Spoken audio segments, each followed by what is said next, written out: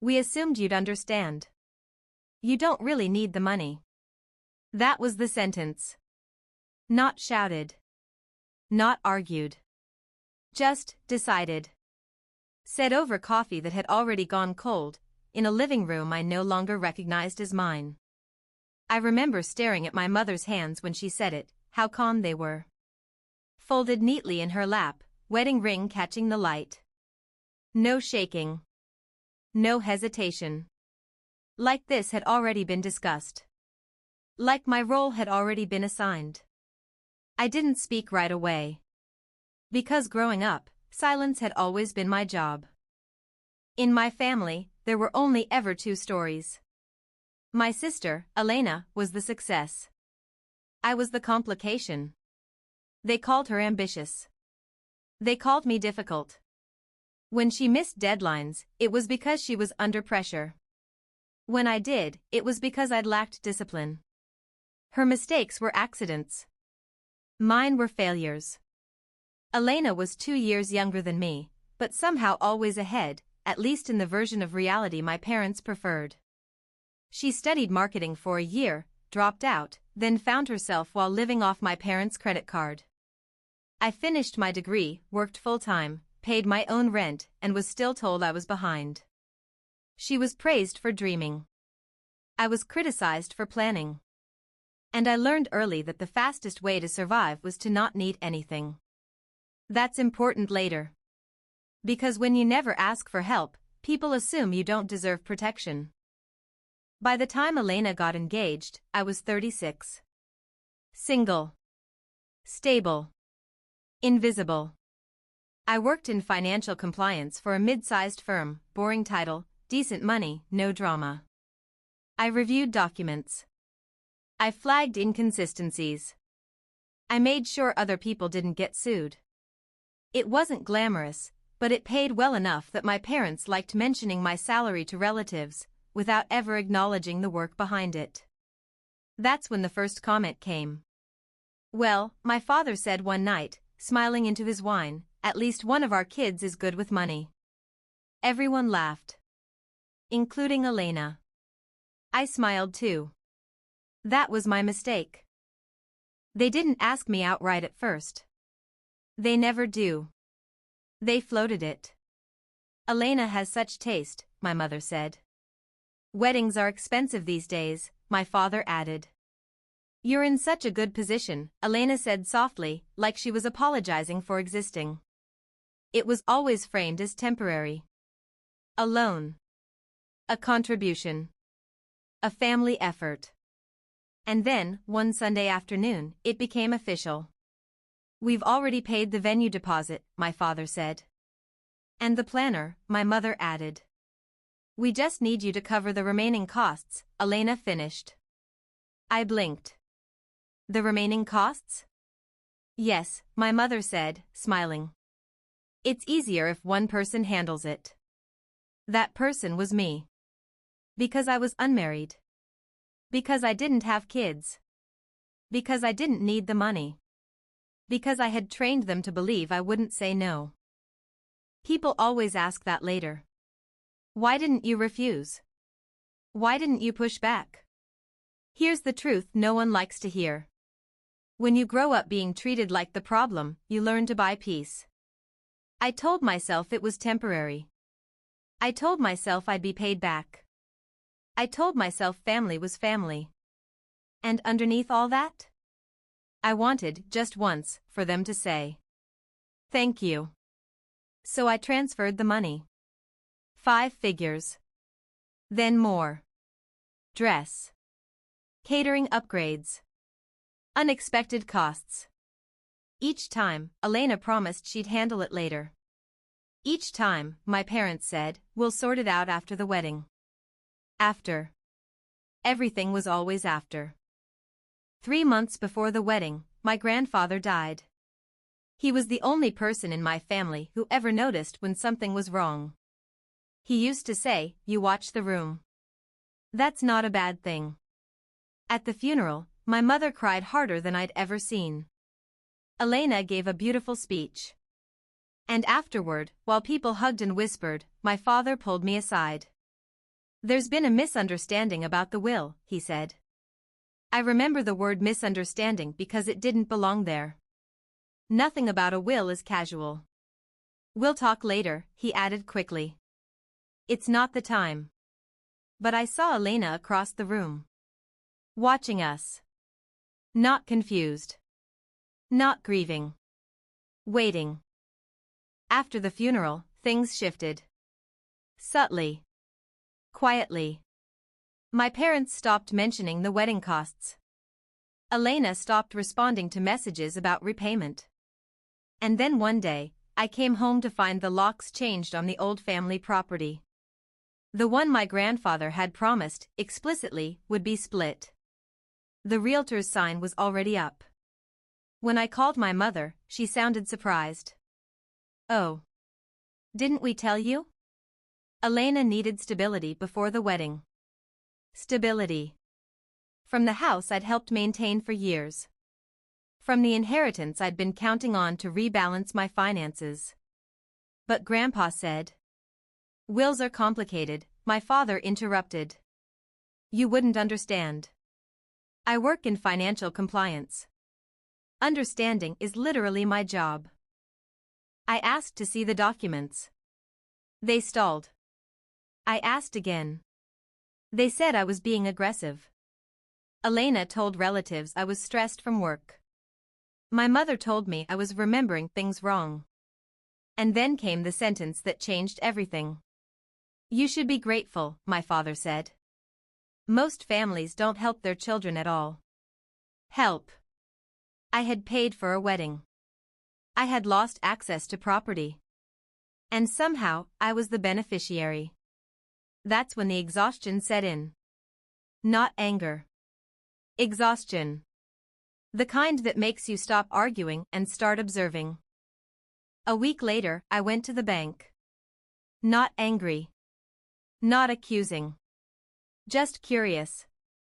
I asked a simple question about one of the transfers I'd made for the wedding. The teller frowned. Then disappeared. Then a manager came out. She closed the door behind us and said quietly, You should not have access to this account. And just like that, everything I'd been told stopped making sense. The bank manager didn't look angry. That's what made it worse. She looked careful. Like every word she chose had already been reviewed by legal. You should not have access to this account. For a moment, I thought I'd misheard her. I'm sorry? I asked. She slid a printed statement across the desk, turning it so I could read it. The account number matched the transfers I'd made for the wedding deposits. The same account Elena had texted me. The same one my father said was temporary. Except the name at the top wasn't Elena's. It wasn't my parents'. It was the family trust. A trust one had never been told existed. I'm listed as an authorized user, I said, pointing to the line. The manager nodded slowly. You were, she corrected. Were. Past tense. I felt something cold settle behind my ribs. When did that change? She hesitated, then tapped another line. 3 weeks ago. 3 weeks ago was the day I found the locks changed on the old property. 3 weeks ago was also the day Elena stopped answering my messages about repayment. That authorization, the manager continued carefully, was removed by the account administrator. Who is that? She met my eyes. Your father. Up until that moment, everything had still been explainable. Miscommunication. Family confusion. Bad timing. This was paperwork. Deliberate. You're saying, I said slowly, that I transferred my own money into an account I no longer have access to. The manager folded her hands. Yes. No apology. Just confirmation. And the account belongs to the estate trust created after your grandfather's passing. The air in the room felt thinner. I remembered my father saying there had been a misunderstanding about the will. I remembered Elena watching us across the funeral reception. Waiting. Not grieving. Waiting. I'd like copies, I said. Of what? The manager asked. Everything connected to that account that I'm legally allowed to request. She studied me for a long moment. Then she asked a question I still think about. Are you aware, she said carefully, that several of your transfers were categorized as capital contributions, not personal loans? Capital contributions. That's not wedding language. That's business ownership language. No, I said quietly. I was not aware. It took her 15 minutes. When she returned, she placed a stack of documents in front of me. Transaction records. Authorization changes. Account designations. And one form near the middle that made my hands go still. A digital acknowledgement. Time-stamped. Signed electronically with my name. I stared at it. I didn't sign this. The manager didn't argue. She simply said, "You may want to speak with an attorney." This is where something shifted inside me. Not rage. Training. For 12 years, I had made a living spotting inconsistencies. Patterns. Language that existed specifically to move money without drawing attention. And suddenly, I wasn't looking at my family. I was looking at a file. The electronic signature had been executed from an IP address tied to my parents' home. The authorization removal had been filed 48 hours after my final transfer. The funds had been reclassified. Not wedding expenses. Asset restructuring. I asked one more question. Has any of this been audited? The manager shook her head. Not yet. I left the bank with a folder thick enough to feel like evidence. The parking lot was quiet. Normal. People loading groceries. A child laughing. And I remember thinking how strange it was that something so controlled, so deliberate, could exist underneath such an ordinary day. I sat in my car for almost 20 minutes without starting it. Not because I didn't know what to do. Because I finally understood something I had refused to see. This hadn't been about the wedding. Not really. The wedding had been timing. Emotion. Distraction. The real movement had happened during the funeral. During grief. During paperwork no one expected me to question. I didn't call my parents. I didn't call Elena. I scheduled a consultation with an estate attorney the next morning. His office smelled like paper and old wood. He read silently for nearly 10 minutes. Didn't interrupt. Didn't react. Then he looked up at me and said, "Who told you this was a misunderstanding?" "My father." The attorney leaned back slowly. "This," he said, tapping the trust documentation, "is not a misunderstanding." "What is it?" He paused. "Control." He flipped to another page. One I hadn't fully processed yet. The trust structure. Beneficiaries listed. Elena's name appeared first. Primary residence allocation. Liquid reserves. Investment accounts. Then, farther down. My name. A much smaller percentage. Contingent. Conditional. Subject to review. I was told the property was being split, I said. The attorney's expression didn't change. According to this, he said, it was reassigned. When? He checked the date. The same week as your grandfather's funeral. I expected anger. Instead, I felt something colder. Precision. If my transfers were categorized as capital contributions, I asked, what does that imply? The attorney folded his hands. It implies, he said carefully, that the money you provided may have been used to increase the trust's asset position. In other words, you may have funded the very structure that removed your control.